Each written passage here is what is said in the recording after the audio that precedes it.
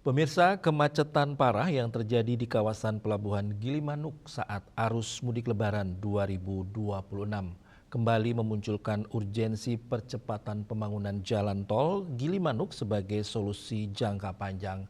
Hal ini diungkapkan oleh Ketua Komisi 3 DPRD Provinsi Bali, Inyoman Suyase.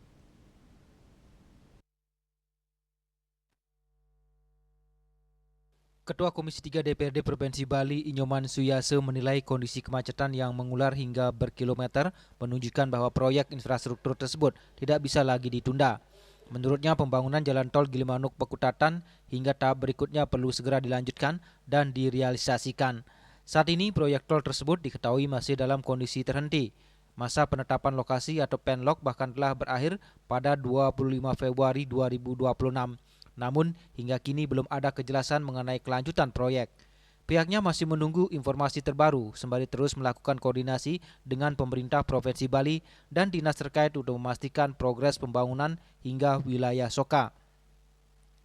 Komisi 3 DPRD Bali juga menyatakan siap mendorong percepatan proyek tersebut ke pemerintah pusat melalui koordinasi intensif. Dalam hal koordinasi menanyakan terkait dengan keberlanjutan proyek itu, dan harapan kita Komisi 3 pasti mendorong supaya proyek itu betul-betul dilaksanakan, proyek itu betul-betul jalan ya, karena ini sangat urgensi sekali. Mengingat hampir setiap hari lah Pak, setiap hari ada kejadian, ada macet.